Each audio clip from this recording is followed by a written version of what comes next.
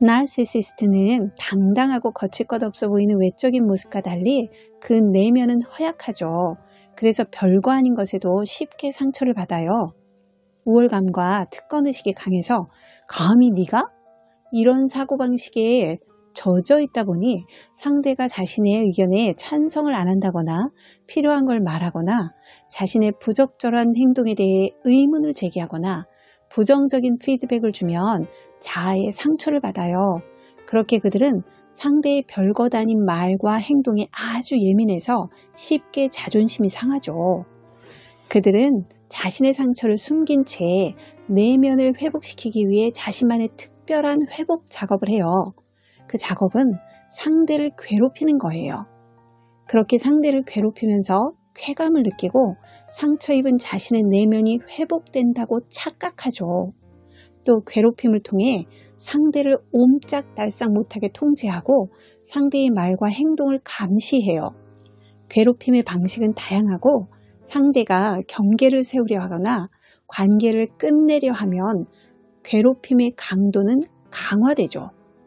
이제부터 나르시시스트가 자기 마음에 들지 않는 상대를 괴롭히는 방식에 대해 알아볼게요.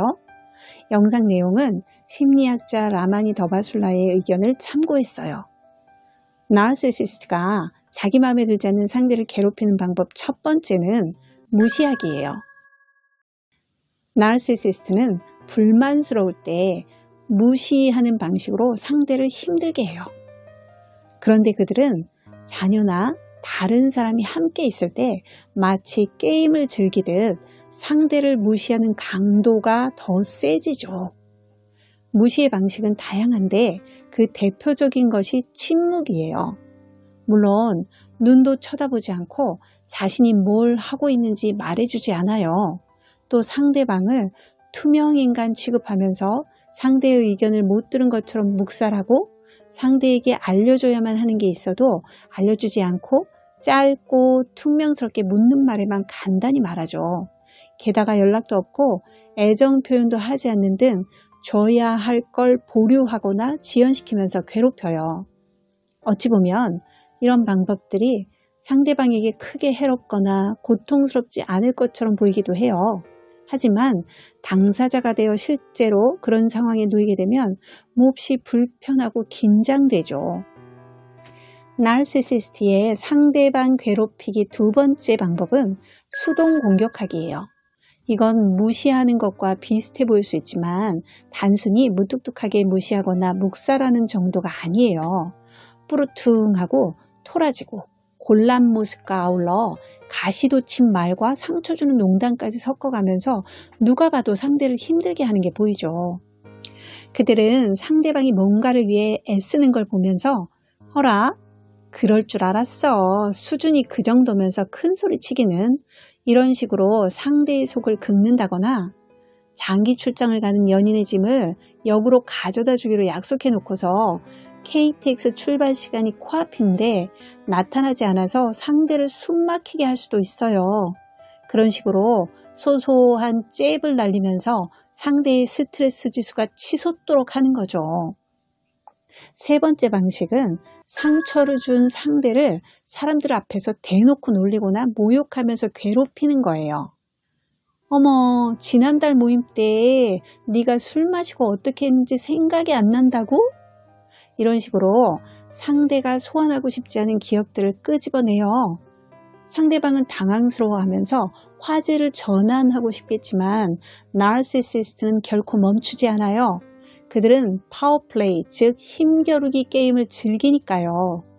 대놓고 창피 주는 또 다른 방법은 상대가 그들과 조심스럽게 공유했던 가십거리를 터뜨리는 거예요. 어느 날 당신이 지켜보고 있는 가운데 그는 과장님에게 말할 거예요. 과장님, 어제 이대리와 한잔 하셨다면서요? 이대리가 과장님이 자꾸 술 마시자고 해서 너무 짜증난다고 했었는데 어제는 이대리 컨디션이 괜찮았나 보죠? 이런 식의 노출은 상대에게 굴욕적이고 상대의 사회적 관계를 뒤흔들 수도 있죠. 나르시시스트는 자신의 새로운 모습을 과시하면서 상대를 힘들게 할 수도 있어요. 그들은 지금까지 보여주지 않았던 자신의 모습을 SNS에 공유하거나 지인들에게 자신의 삶을 오픈하면서 자기의 심기를 거스린 상대를 괴롭히기도 해요. 만약 당신이 나르시시스트 연인의 심기를 거스렸다면 그 나르시시스트 연인은 자신의 새 연인을 향한 러브 바밍을 알리는 사진들로 SNS를 도배하죠.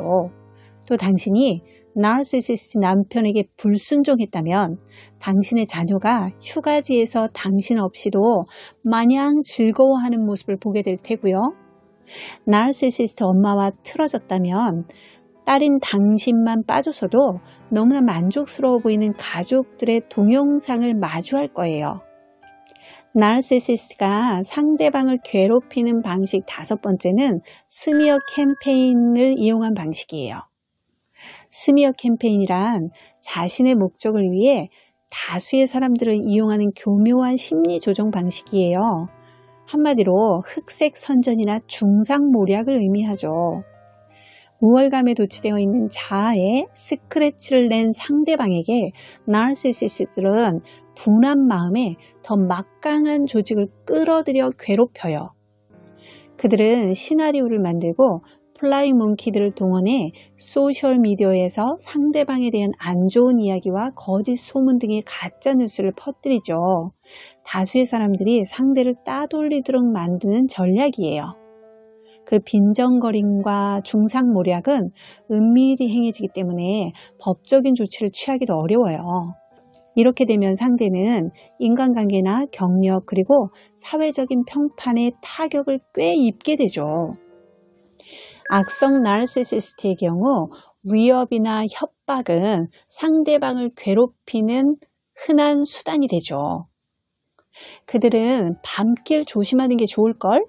이런 식으로 직접 경고를 하거나 상대의 위치나 동선을 파악하고 주변을 어슬렁거리거나 가짜 계정을 만들어 소셜 네트워크를 염탐하는 식으로 위협하죠. 아울러 낯선 번호와 이메일로 섬뜩한 메시지를 보내기도 하고 거액의 비용과 시간이 많이 소요되는 법적 소송을 벌이기도 하면서 협박해요. 나르시시스트가 상대방을 괴롭히는 7번째 방법은 분노를 표출하는 거예요. 기분 나쁜 상대를 괴롭히는 그들의 대표적인 방식 중 하나는 직접적인 분노 표출이죠. 그들의 분노는 시끄럽게 비난을 퍼부어대는 것으로부터 시작해서 폭력에 이르기까지 그 스펙트럼이 매우 넓어요. 하지만 어떤 나르시시스트는 기분이 상했어도 분노를 표출하지 않을 수 있어요. 자신이 조절 능력이 없는 사람처럼 보이길 원치 않기 때문이죠. 그런 경우 분노를 수동적인 공격이나 창피 주기식으로 전환할 거고요. 만약 폭력이 동반된 분노로 보복하는 스타일이라면 안전을 위한 어떤 조치를 취하지 않은 상태에서는 그들의 심기를 건드리면 절대 안 되겠죠. 그들의 분노에 노출된다는 건 마치 살얼음판을 걷는 것처럼 매우 아슬아슬하고 위험하니까요. 나르시시스트가 상대방을 괴롭히는 마지막 8번째 방법은 돈으로 쥐락펴락하는 거예요. 나르시시스트는 분한 마음이 드는 상대에게 돈으로 옥죄면서 그 상대를 괴롭히기도 해요.